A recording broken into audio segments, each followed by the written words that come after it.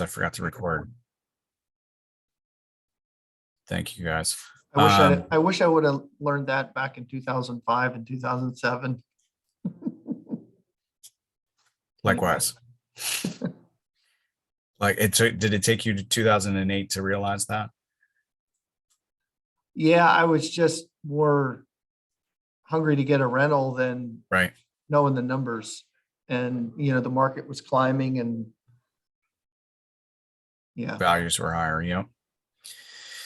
Yeah. So just real quick, and because we missed it on the recording, what we were talking about is turnkey criteria. We're looking for 1% rent rate, meaning, it can rent for 1% of sale price. $1,400 a month in rent would be $140,000 a month in sale price. And then our standards here, Central PA, is 8% cap rate and 12% cash on cash. That's after taking out 6% property management, 6% maintenance and reserves, and 5% vacancy. So if anybody's looking to analyze a turnkey model in their market, that's the standards that they're looking for. Anthony, can you run that real quick though? Because yeah. This is a 6% maintenance. Yep. And property management. What was the other stuff you had in there? 5% vacancy, 6% maintenance and reserves, and 6% property management. Okay. All right, I got you. Because we actually have a CapEx table that calculates some of the CapEx, but the CapEx you would just throw into that 6% maintenance and reserves, right? Correct. Okay. Got it. And also keep in mind that model I just gave you is single family residential. So that would change, I'm sure. That's my bread. That's my bread and butter. I actually tend to like that. Again, getting back to my why yesterday on giving people homes to live in, that tends to tie better to that. Okay. Nice. Anthony. Yeah. You had mentioned 8% cap rate, and then you said something else after that as far as a percentage number. 12% cash on cash.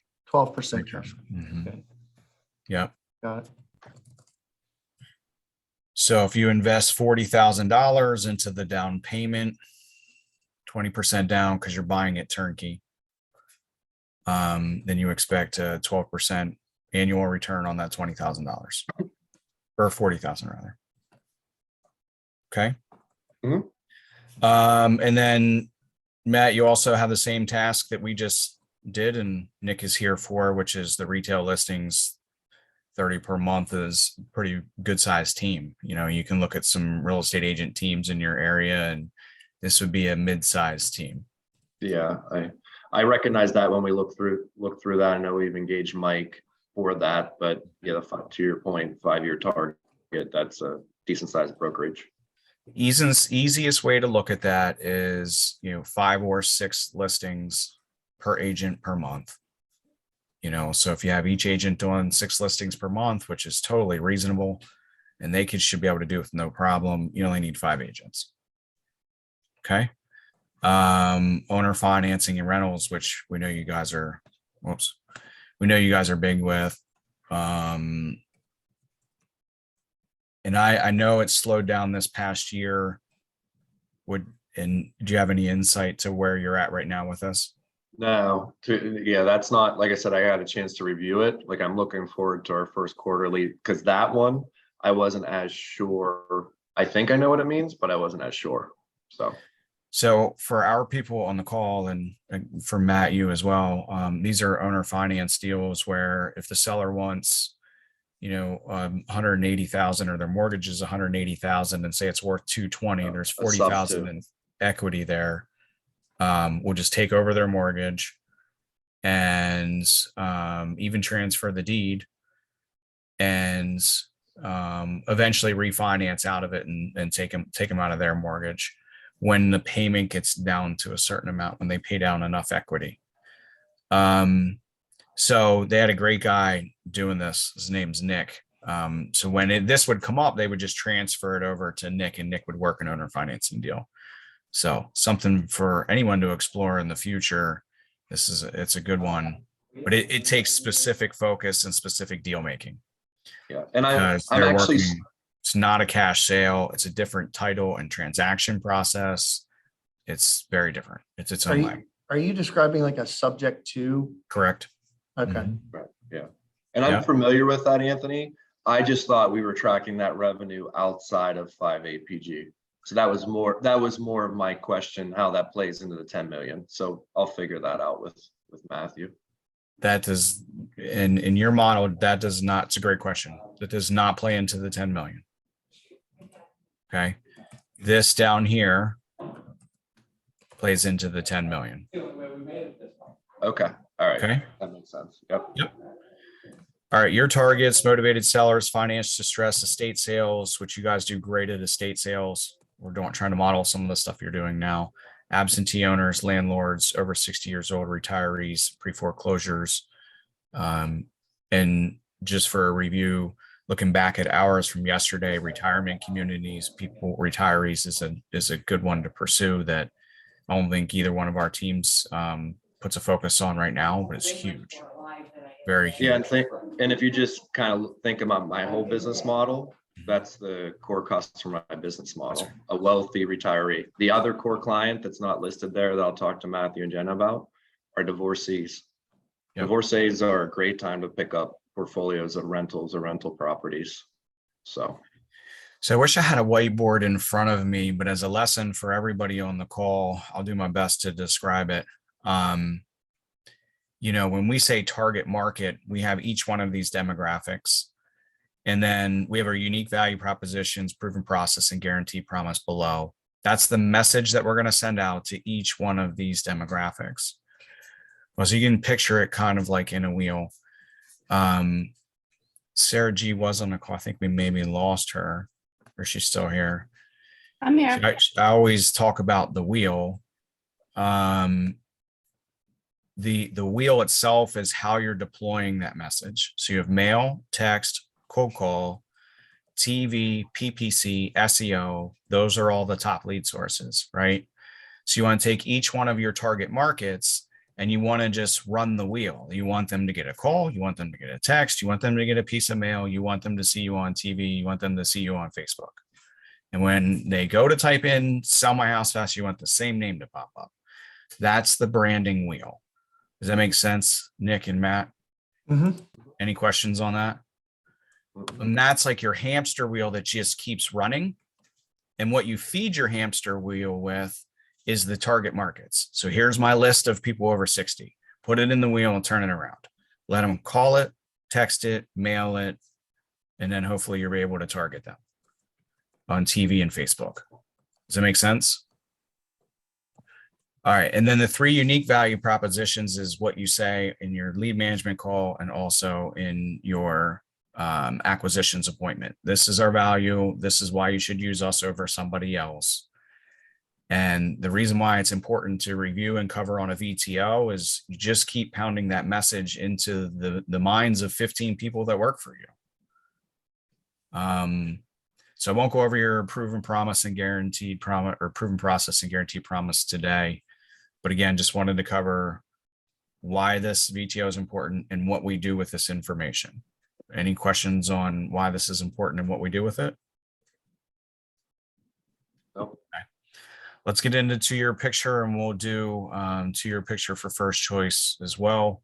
So 2-year picture, the purpose of the 2-year picture is because you've created a vision now for the company where everyone can see where it's going and how we get there.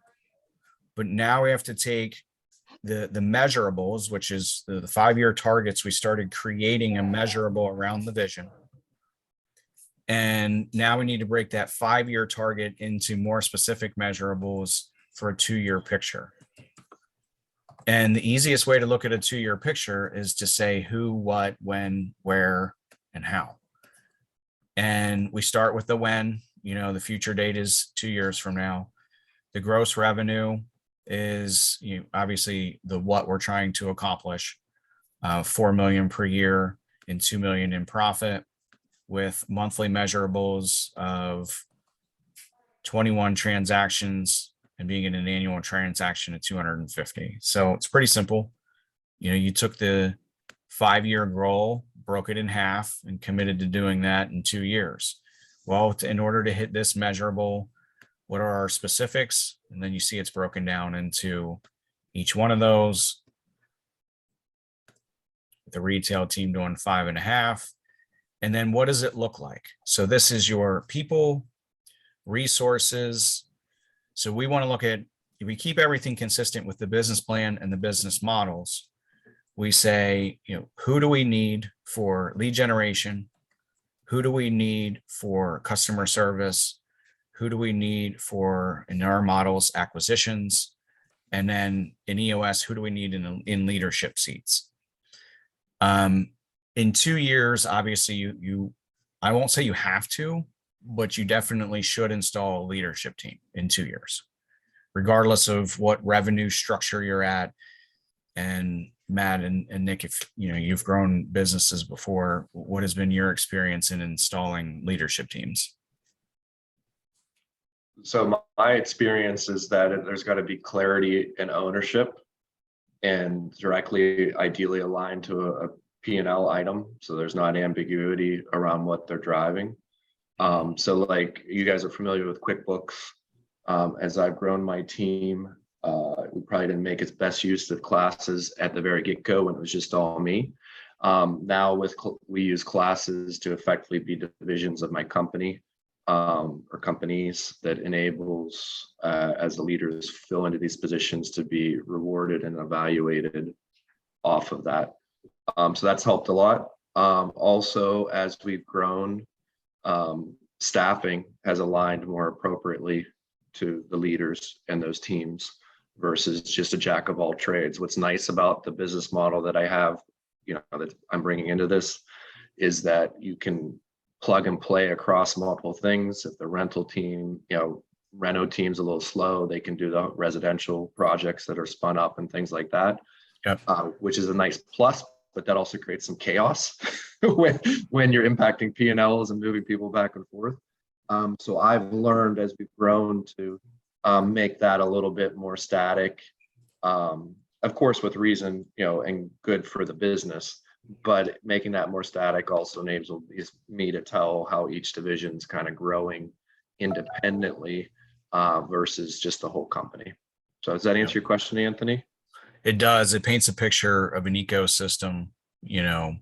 Some days you're able to take resources from one, or share resources from one to the other to alleviate pains and bottlenecks. The leaders are the ones that direct that.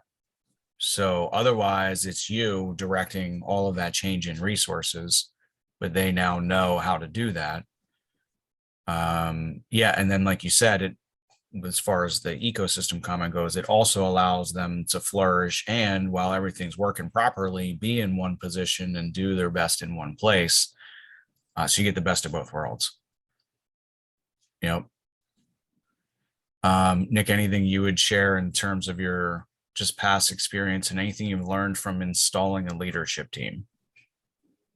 Yeah, I agree with what Matt shared. But I guess as a precursor to that is, understanding what our values are and making sure, kind of like I went through this process, that we get the right people in the right seats and there's an alignment of values. So we kind of start with that.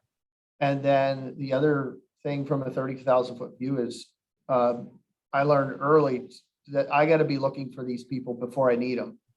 And I have to identify those people and get them in the organization ahead of when I actually need them. Because if you wait, then you're pulling instead of pushing, and it's much easier if you identify those values, identify the right person, and then get them on the bus and then empower them to drive it. So I like the metrics in compartmentalizing in the silo for Right. each division.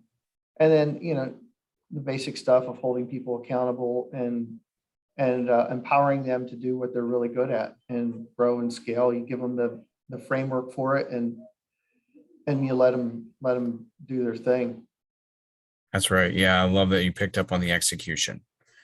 So here, I just want to show you guys a real easy trick with this whole thing. Is in leadership, we're really looking at three things: vision, mission, execution. So on the left-hand side, you have a vision of who we are as a company with values, purpose, and then we start to break down the mission. Okay, well, now here's our targets. And then your marketing strategies is part of the execution in communicating your value. When you go over to the 2-year picture, you have your yearly measurables. This is the vision. Monthly measurables is the mission. Like, we're going to have to set a mission to each one of these monthly measurables. And then when we go down to what does it look like, this has to get to an execution level. So it's painting a picture of what you look like in 2 years. You also wanted to tell you what you're executing and how you're executing. So that's why you'll see things in here like, yes, we need the people. So again, going back to the 4 business models, you want to have in here consideration for your lead generation model. You want to have in here consideration for your economic model, organizational model, and budget model. And what I mean by that is, like, here you have, we're putting measurables in for the number of active turnkey buyers. We're not putting the whole economic model in there. We're not saying it's, we need to generate so many turnkey leads and so many contacts and so many appointments for turnkey. We just put one economic model target in here so that everybody has a measurable goal to drive towards. And in this case, it's its own department. The reason why there's 35 active turnkey buyers in this 2-year picture is because it takes a certain set of resources. It takes a certain set of who, what, when, where, and how in order to accomplish this 2-year picture. Does everybody see what qualifies for a bullet point? Does that make sense? Yes. So we don't need the whole entire plan, but it should give us a picture of the entire plan. Okay. We have 22 employees. This is our leadership team. We're going to be buying on market. We're going to have direct to seller expanded and property management company with 130 doors. Now that's for 5 APG. And then first choice 2-year picture. We broke ours down a little more detailed here. 3 million in gross, 1.79 in expenses, 1.2 in profit. That was 10 units for 6 months, 15 units for 6 months. And then our monthly measurables are here at 15, 40 rentals, retail team at 30 units, title company and real estate investment fund with 8 million in raise. Some pretty lofty goals. And then this is what our organization looks like here.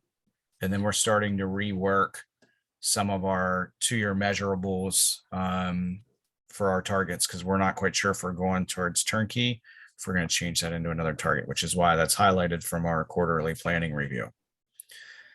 I said something to one of my coaching clients yesterday, I'll share with you guys, and she wanted to go into her quarterly planning session with the specific plan on this 2-year picture, because she's going to change it. And I said, what's most important is that you get a quarterly planning session in and that people know that you're changing the vision. And it's okay to come back to them 2 to 3 weeks later. Don't come back 3 months later and be like, oh yeah, and then let them like swim around for 3 months. But again, I want everybody to see that this is a communication tool. So long as we're consistently reviewing it, if we make changes to it, everybody will be cool with it. Fair enough? Do you then share those changes during your town hall after that with the team? We do our best to share them down through level 10s. Okay. And yeah, look, even before you would get to a town hall. And then, for our team, since we're here setting standards, I think we do need to review our VTO every single month at a town hall. Okay, awesome. Yep. And then this might not be applicable, but it's a question I've had, Anthony, and I think you guys might have even had it on your VTO yesterday or your business plan.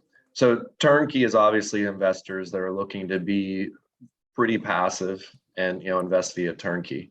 But then like the next step up that ladder is to be a private equity firm and just invest their funds for them versus that. I mean, there's a reason that they're turnkey and there's a number they're looking for.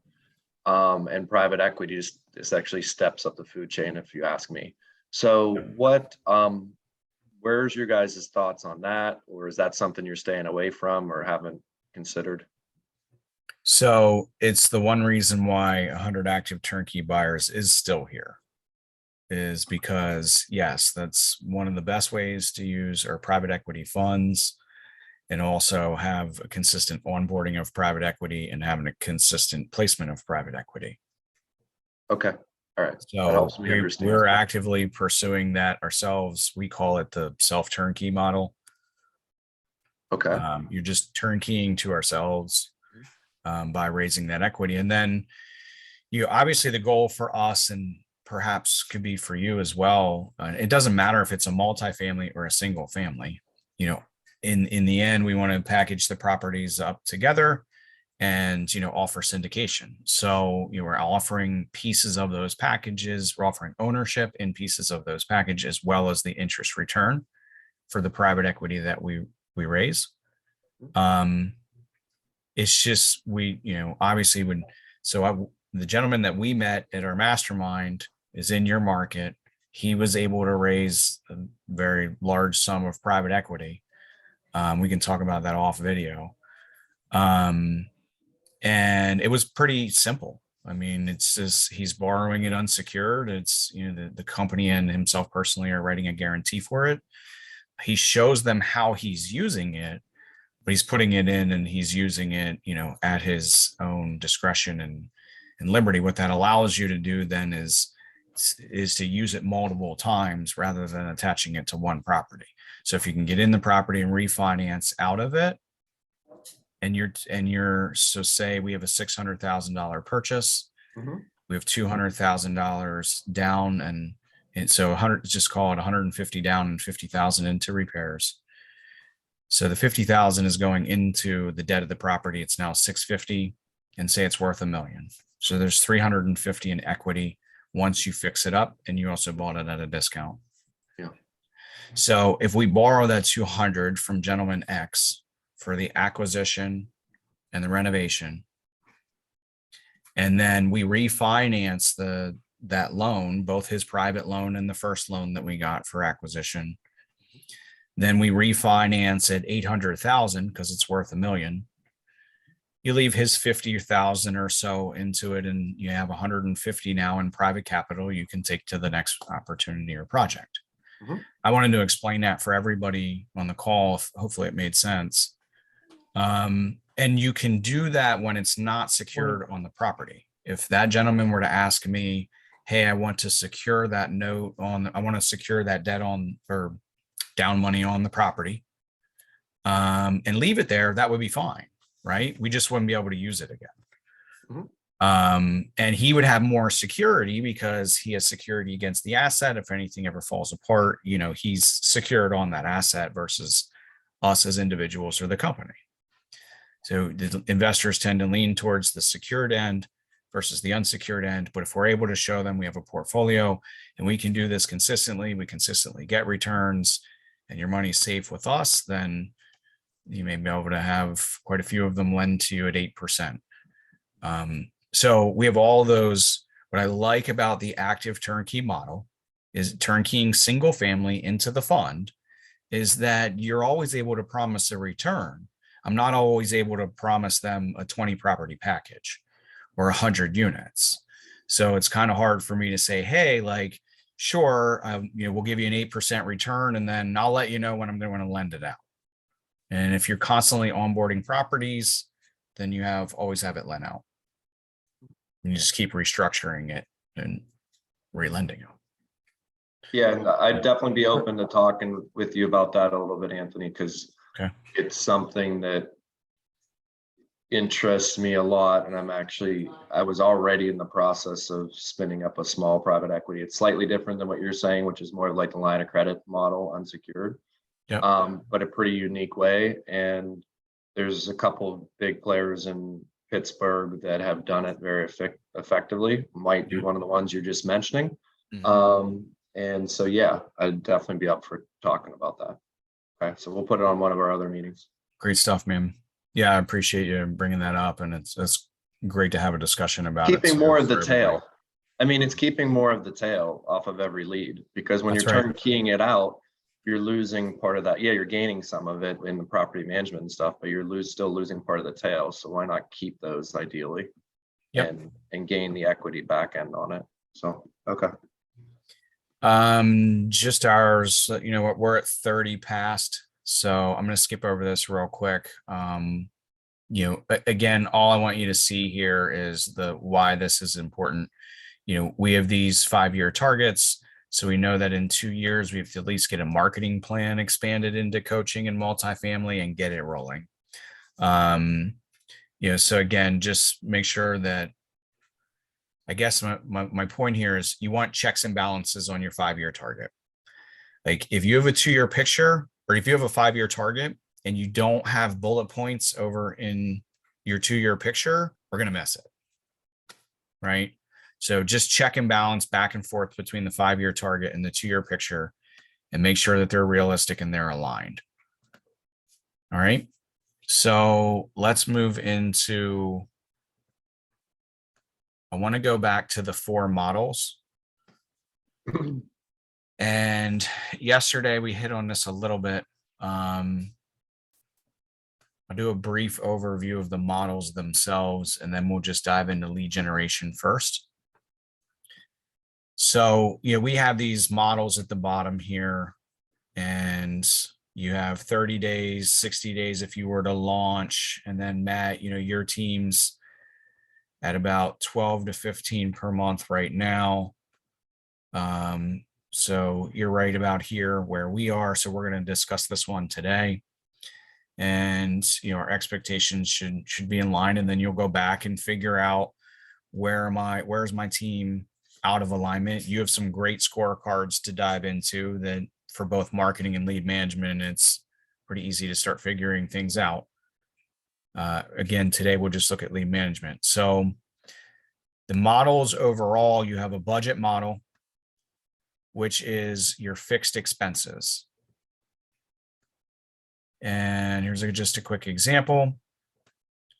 Advertising, labor, office supplies, telephone expenses, computer expenses, delivery, shipping, auto expenses, interest, insurance, professional fees, legal and accounting fees, office rent, admin labor, temp labor. And for a breakdown in any of these labor categories, you can go ahead and labor up here. The breakdowns would be over here in our organizational model, which I'll go through here in a second. This is yellow because every company should have interest expenses. It gets pretty detailed. What interest are we paying? Is it, who all is in that? Is that hard money? No, it's not hard money. Hard money is attached to the property and your cost of sale. This is interest that you've borrowed against the business. Okay. Say you've borrowed money for just about any, we won't go down that rabbit hole right now. And then producers' expenses is usually salaries, director salaries, leadership salaries that then can eventually get washed out with sales commissions. So for instance, if we have a director of sales who gets paid an $8,000 salary, and then he gets paid on profit share after that, let's say of 20%. And this is an example of a director of sales for a retail sales team.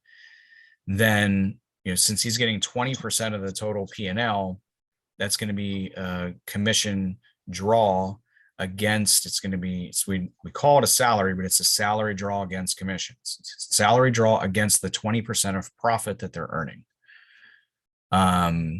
So that's you put it here in your budget because you're always going to be paying it out weekly and monthly. And there's a chance that the producer does not get their total salary paid back. And therefore we need it in our budget. Now, let me show you what that looks like because I think it's important.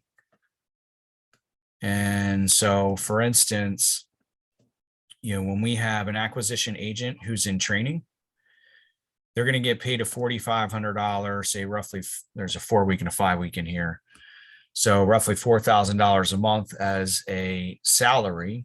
And then for 90 days, they're going to be trained and then they should start turning over their commissions. And now that they're getting paid $8,000 a month in commissions, they're no longer they're still getting the 4,000 in the salary weekly. And at the end of the month, they get a $4,000 check. Does that make sense? You get a $4,000 bonus check because we owed them 8 for the month. We paid them 4 as a draw, and then they earned 8. So we owe them 4 at the end of the month. Does everybody follow that so far? Mhm. Now, what that does is we move that cost, then that expense, we move it up into the cost of sale, because it's now paid out of at the end of the month. Once you're paying the 8,000 out in commissions, it's now being paid out in the cost of sale in the P&L. Does everybody follow me there? Yeah, do you set up your draw schedule for only like the first 60, 90, 3 months, 6 months, or is it a permanent draw schedule? Because you We mentioned pretty that much- 4,000, so it's like it's a base. So do you really have a draw where it's usually only for a set period of time, then it goes full commission, or do you have a minimum base salary effectively that then has a commission paid on top of it? we usually keep it the same. We keep the same salary draw against commission payment biweekly because it's what their family needs. Okay, so that's what I wanted to know. There's just two Yeah, different 'cause ways to structure it. That's right. Yeah, because when we hire them, anybody's going to want to know that their family's covered no matter what happens, so to speak, right? I think people are usually pretty fair in telling us what that number is, and then we just keep them at that. Okay, So Yeah. you're guaranteeing them the salary portion is what you're saying. Right. Yep. Yep. Outside of 90 days, then we need to start having a conversation. If they don't meet draw, then it's an immediate conversation. Meaning, how are you looking for the next 90 days? Are you on target? And if you're not, we're going to have a conversation about a performance improvement plan. Right. correct. You evaluate the activities and Yeah. what's behind it and hold them accountable. Okay, so everybody sees how we're doing that with some of the producers' commissions. Producers' commissions in here also has a CEO and a COO salary in it in this model. Okay. So Matt, just like your model would have owners' salaries that are up in the business model, in the budget model. Okay. Mhm. All right. So that was a quick overview of budget model. Economic model is just your conversion rates from leads to contract and revenue. Okay. Now it's a summary of the whole entire business. And then all of us, we break these down into multiple measurements for each department and everything we want and wish for, right? So under leads, it's lead sources. We're going to cover the lead generation model here in a second. So under leads, it's lead sources, and then it's per lead. They all have their own conversion rates. Then they all have their own spend.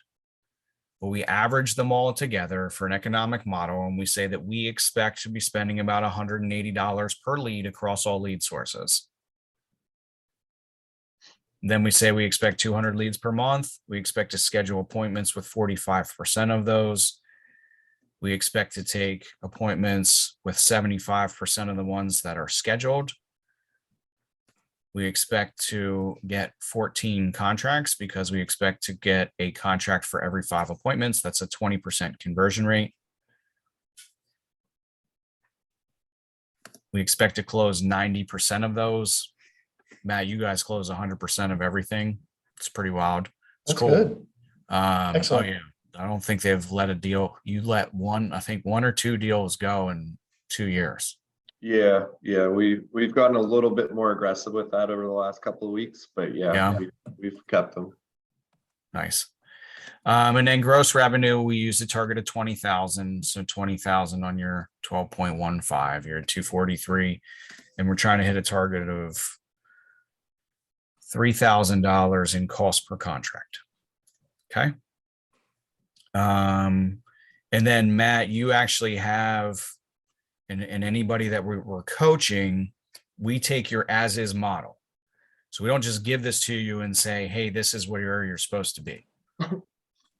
We figure out where you are right now and then coach you up to these conversion standards. Does that make sense? Yep. like everybody in the industry should be somewhere around $180 a lead. Should be scheduling appointments with a minimum of 45% of those leads, taking appointments with a minimum of 75% of those appointments scheduled. And these two will go back and forth, per lead source, and so on and so forth. But anyway, so those are our standards. Organizational model, I'll just cover briefly. Total labor, we break down into our fixed operations side of the business. That's why we break out labor and admin labor, because labor for us is fixed operations. Admin labor is everybody else. We just want a way to track our cost in fixed operations, our project managers, construction managers, project coordinators.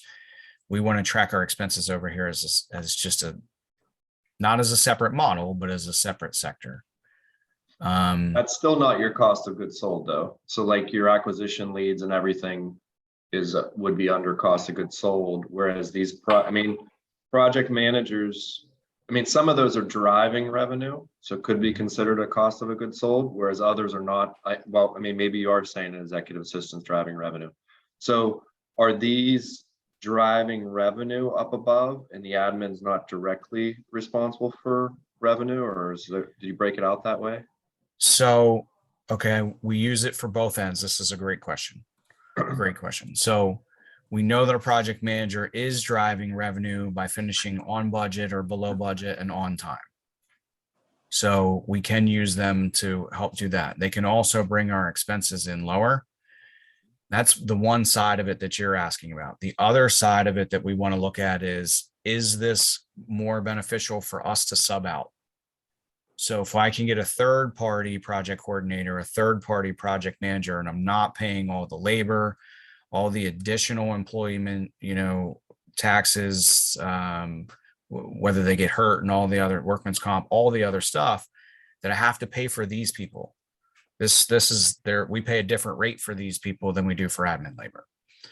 So I'm always looking at this, like, is the expense getting too high? Could I just, for hiring a director of construction, 80 grand a year, can I just hire XYZ construction and they do it all? Those kind of analysis. I know I oversimplified that, but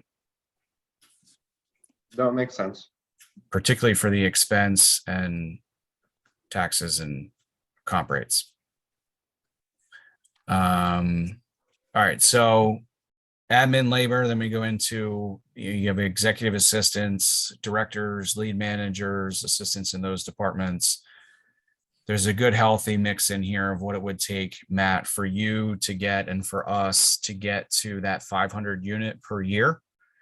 You pretty much have all of the positions in here that you would need to get there. You would just need to start multiplying those positions. Okay. Now, how you form your company and what leadership teams you hire for and all that stuff is totally up to you. But this is pretty well built out for the number of people that you need, or the number of positions that you need. Roles. Yep. That's correct. Yeah. With examples. So any questions so far? Nick, Matt, you guys good? Good. All right. I'm going to cover, just because, again, the whole theme of all of this is to set standards. It's to clear the path, set a standard of, if we go down this path, what's going to tell me if I'm doing well or not. Right. I'm going to cover just Sarah, you still with us? Do you feel comfortable going over? Feel like I gave you enough time to go over your marketing ROI calculator? Sure, yeah. Okay.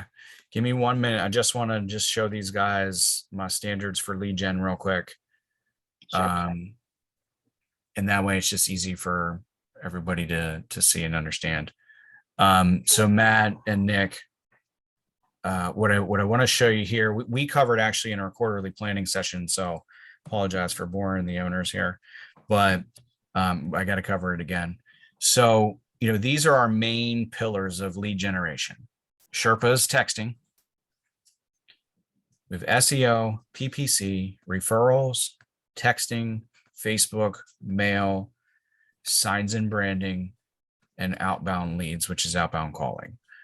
Those are the main pillars that you have to choose from.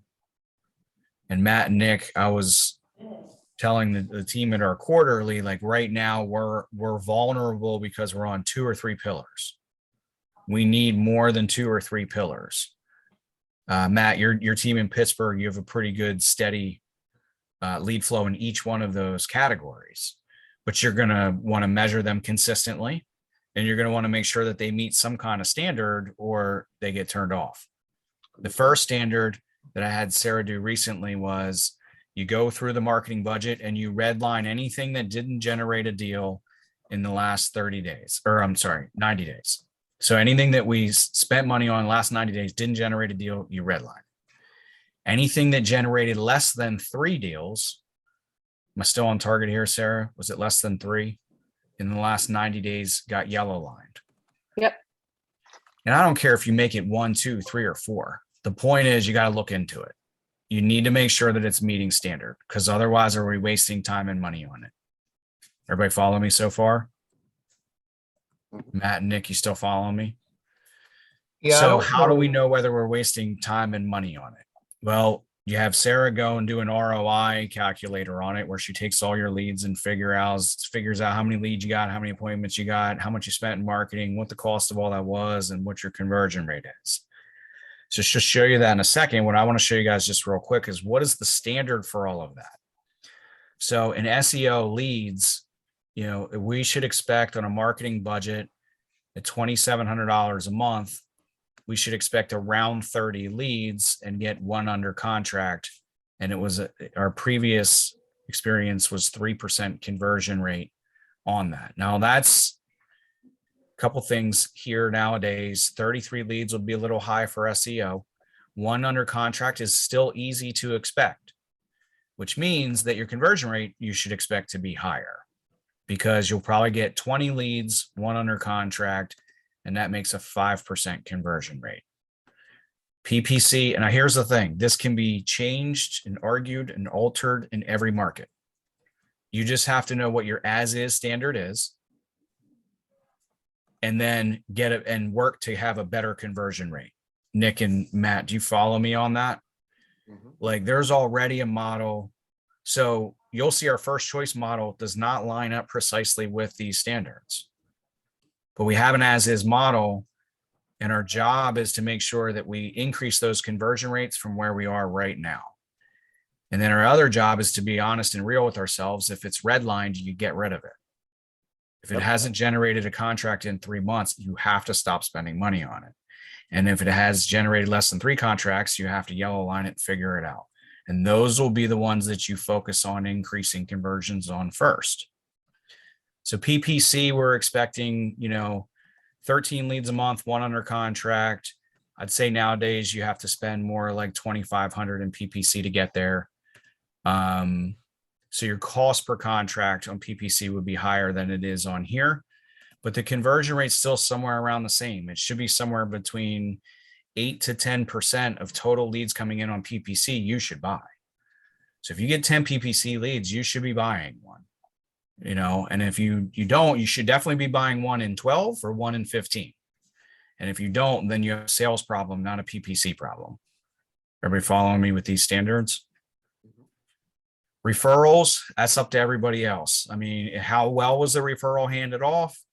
How well was it vetted before you gave the referral, and how well was it serviced while you had that referral in acquisitions? How quickly were you able to get a decision, and was it a good price? So the conversion rates there, they are what they are. Just know you got to drive leads and referrals, and you got to close leads and referrals in order to make this whole thing go around. You should also be spending money on referrals. Go ahead, Nick. So there's no marketing dollars there. So is that in the cost of wrapped in the cost of the acquisition? So for us, that referral cost right now is CJ and working attorneys and realtors. So there's a partial dedication to marketing costs there for us right now. I just wanted you to see that that's part of that option. And then, referrals, I just, like I said, there should be a dedication there. And I know there's potentially not, but we have invested in a couple of Keller Williams events. And there has been some spend there. Yeah. I wouldn't say there's a plan and a dedicated plan, which is why we have these to hold ourselves accountable to our own standards. What's a good conversion rate for referral? 80%? No, I would say 25%. What do we have here? 23%. I don't know. I 1 in just seen- 4. 1 in 4. Okay. Yep. It's lower than you might think. These are cash offers, cash buys. 80% if we include our listings, if we can give them both options and you end up with a listing. Great call. Sherpas texting. Again, the main point here is the cost of contract is extremely low. Conversion rate is also lower. We want to expect somewhere between 4 to 5%. It could get down into the 3s and be perfectly fine. But yeah, we want to be somewhere between 4 to 5% in the number of contracts that we get to the number of leads that we get. Still making sense for everybody? So if we get 100 leads from texting, we should get 3 contracts. All right, Facebook converts around a 5.5% conversion rate. Mail should be somewhere between 6 to 8. Sometimes you can get it to creep higher than that. Signs and branding around 3%, and outbound leads again around 5%. So Matt, for you, when you go back and watch this recording and go back and to review all of your lead sources, these are no matter what happens from the lead being generated, lead management and acquisitions, like there's so many things that can happen in there, right? You have contact rate, how quickly did we take the appointment? How well did we qualify them? How good was the acquisition agent when they went there? You have to hold your lead generation accountable to these standards, regardless of how good your lead management and acquisitions teams are doing. Mhm. Okay. Yep.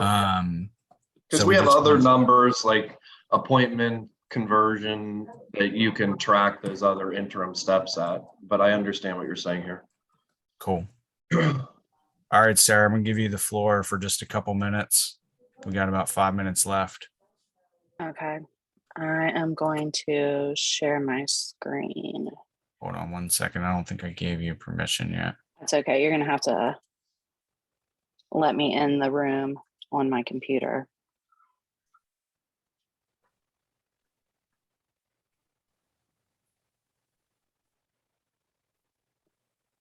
All right, while we're doing this, you guys got any questions about anything that we covered so far? Yeah, you had mentioned what we're currently doing, and I'm not familiar with that. I don't know if you want to share that now or more offline, but Sarah's going to show us now. Yeah. oh, Sarah's gonna. So what we're basically, doing. Go ahead. basically everything that Anthony showed you in his beautiful spreadsheet that he makes gets broken down into this really like gross, ugly one that I make. But this is literally like taking minuscule every little tiny thing. So we have all of our lead sources. This was first quarter, second quarter. So every single lead source is broken down into a category, and then you'll notice that we break our categories down, like direct mail, we break it down into our pieces as well, so we can tell what is what's working and what's not. So if you look first quarter, second quarter, Facebook just wasn't producing for us, so it was something we decided to take off the table. It was in the low percent. If you look over here, need to sell your house fast is a program. You buy the leads, did really well for us the first quarter, but the contracts dropped off significantly. Over here in the second quarter, you can see we backed way off because the cost per lead, cost per contract was just way too high. We also break it down by who's doing our PPC. We had 2 different companies working on PPC. So we break them down into the specific company so we know who's producing there as well. At the bottom, you'll see outbound. And at the very top here, we have how many new leads came in, how many appointments were set, how many appointments were taken, and how many contracts that resulted in. So then you go all the way down here to the bottom, and you have your outbound appointments or leads, appointments taken, and contracts for each outbound call, outbound text, driving for dollars, and your total outbound is here. So then you have your total outbound spend, lead per or cost per lead, cost per appointment set, appointment taken, and contract. And then inbound, total inbound spend, cost per lead, cost per appointment made, appointment taken, and cost per contract. So that basically just gives you like a really in detail look at what each individual source is working, what you're paying for it, and if it's worth to continue or not. Yeah, so I'll give you a high level view of what I see on this. And, one of the first thing I was saying, when I was thinking to myself as she's going down through, I was like, the discipline that it takes to stay on top of your marketing plan and constantly adjust it by tens of thousands of dollars is like, that's why we're here on this call, right? It's why you set standards for each lead source. It's so that you don't have to make an emotional decision or a gut call. You have all the numbers that you need in a table to tell you what decisions to make. You just have to be disciplined enough to make them. And it's so hard to do. We all suffer from, I don't want to turn that off. And so the end result, but I'm also going to back it up by saying you got to also be careful on the other end of it as well. Because part of what we've seen is, yeah, we cut out a large portion of our spend and we were able to increase leads and lead sources from other areas. And we drove our cost per lead and contract down. However, what we did was we lost a couple contracts. So if we don't pick those back up by being better at what we are doing, or by going out and doing better somewhere else, then did we do a little bit of damage? Now, I'll know on my team, we have all the faith in the world that we're on the way up, not, doing any damage at all, because we're disciplined to review the numbers and plan strategically. I just wanted to as a coach, I have to throw that caution flag out there that you do have to be careful. Like, you don't want to redline something that's still generating 3 transactions for you if your goal is to keep going up. You just kind of have to suck it up. So anyway, we were disciplined. It worked. It did a really good job. Right now we went down in cost per contract. So, and I think we have an extremely low cost per contract right now. I think So, we're down even, to I be think we're down honest, to it like concerns me a little 21. bit. I'm like, well, then we're just not spending enough money if we're at 2,600 per contract.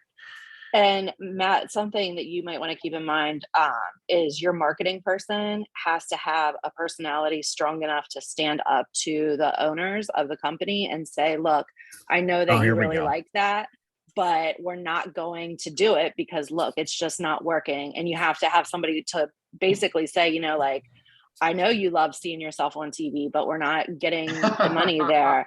And like Anthony said, we're not spending enough. Like, to calm down. Was I don't know Eric why you supposed all to be on always this want to call? spend. I mean, Sorry. it's a really tough job, but you just have to make sure that Sure that is. person's running numbers and that they're not afraid to come to you and be like, listen, these are the numbers. And then you make your decision after that. Super appreciate that, Sarah. And I was actually going to ask you just off of this, because I don't know enough, I guess, now to, I know, ask a silly question, but are these all coming, like, do you have a separate system? I think, Anthony, you're using Left Main. Like, when is the lead source documented? Because that's effectively what these are, right? And these are lead Yes. sources that then get captured, and then you're pulling it from somewhere onto the spreadsheet so we can evaluate kind of the life cycle of that. Is that across different systems right now? Is it in one system? Is it something proprietary that your company has, Sarah? It's all in Salesforce, and you can get a very, very good idea. We track the lead source. As soon as we decide to break something off, I tell Alicia, we'll put the lead source into Salesforce and we make sure that it's zapped in. So it'll automatically trigger that and it'll report in Salesforce in our dashboards, which are very pretty and they'll give you a really good idea most of the time. When you really want to get down to exactly, like Salesforce will once in a while, an admin will hit the wrong button, it'll come in, you'll miss a zap. And so I do this manually. I pull all the Salesforce reports and I print them out and I sit down with a big cup of coffee and a big pile of papers and I actually physically count because, and God then when bless something you. doesn't seem right, you go back into Salesforce and you look at the notes and you say like, maybe Yep. it's only 3 or 4, but if it's a deal, it could be, thousands of dollars in your It's return on massive. investment. Oh Yeah. yeah, So it's massive. If one of these numbers is wrong, it could guide your marketing incorrectly. That's right. Mhm. And then therefore stop the funnel at the very beginning. So I mean, yeah, I get the criticality of this, which is why I asked that. And then I also, is it safe to assume that you guys use like different phone numbers for inbound calls to be able to allocate it to the paper mail that went out versus the sign, that sort of thing? Yep, we have a different phone number for everything, and we actually went as far as to have 2 different web addresses. Love it. Love it. So Love it. we're pretty crazy. I mean, we have an entire Asana board dedicated to All right, Awesome. this can stuff. I ask a question? Sure. Yeah, so, and this plays into me working collaboratively with Alicia and her department. So being focused right now on the retail side of things. So there's a whole bunch of leads that we get, right? That started in this marketing arm at the front end. Mhm. And then those leads come to us and then my agents and or an ISA is calling these leads and then we're getting listing appointments and then eventually they're turning into listing agreements. So are those numbers showing up here at the end in terms of contracts or dollars, or this strictly acquisitions, cash This offers? is strictly acquisitions. Yes, we track retail in Salesforce. I do not do a deep dive into it because, as you know, we just haven't. So from a Gotten there. business model perspective, I mean, you're paying for lead gen, or, we are, First Yeah. Choice is paying for lead gen. So I guess what I'm trying to get at the end of the funnel here is if we turn a lead that was paid for at some point Yep. into a listing and then generate revenue from that, Yep. that's not calculated into these numbers. So I love where your head's at. I don't, Because maybe First my Choice answer is not a great one. And I paid know it's for not a the great lead. one. Right. Totally get it. The way that we operate is the retail team will pay a portion of lead generation on their P&L for those leads. And then you have a lesser marketing expense on this P&L and you just flush it out that way. Trying to track the two revenues together, we don't want to do, mainly for separation of liability and ownership in companies and all of that, where, we could go into that later. But the listing agents and licenses are all with a listing team. So separation of revenue, resources, P&Ls, separation of that. So how do you separate it on the P&L? And then how do you come back to your point to this and give those leads and lead sources proper credit? And it's very, very, very hard to do. Like, we want this just to be straight cash. We want this to be straight, fix and flip operations and revenue and P&L. So we just keep them separate. And yeah, right now, like, there's some credit that needs to go in here that they're not getting. We'll fix that. And we even have our P&L retail team P&L discussion today. So we're getting there. And again, the best way I found is just to flush it out in expenses. And you say, hey, like, this team's paying 75% of the marketing budget, and this team over here is paying 25% of the marketing budget, and you divvy them up and you call it a day. Because even that revenue itself is not coming back into the first choice business until it hits the bottom line. Right. Correct. So we're not paying revenue from the listing team back into this business with on marketing expenses. Unless we just say, hey, you write these checks and you write these checks and we'll call it a day. Again, I didn't say it was a great answer. Oh. But we don't need to make it too complicated. Try to keep it simple. Understood. Yep. Great question though, man. Great question. And And, you'll see. and part see of that the come- question is appreciating, I think Alicia jumped off, but appreciating, when I get all these follow-up email communications from our agents, hey, what was the result of that appointment? So she's tracking that in Salesforce somehow. Right. To be Yep. able to figure out the cost and, the conversion rate of these appointments that are being set. Yep. And soon we'll turn that over to your new ISA who hits your team up for notes after their appointments. Always looking ahead.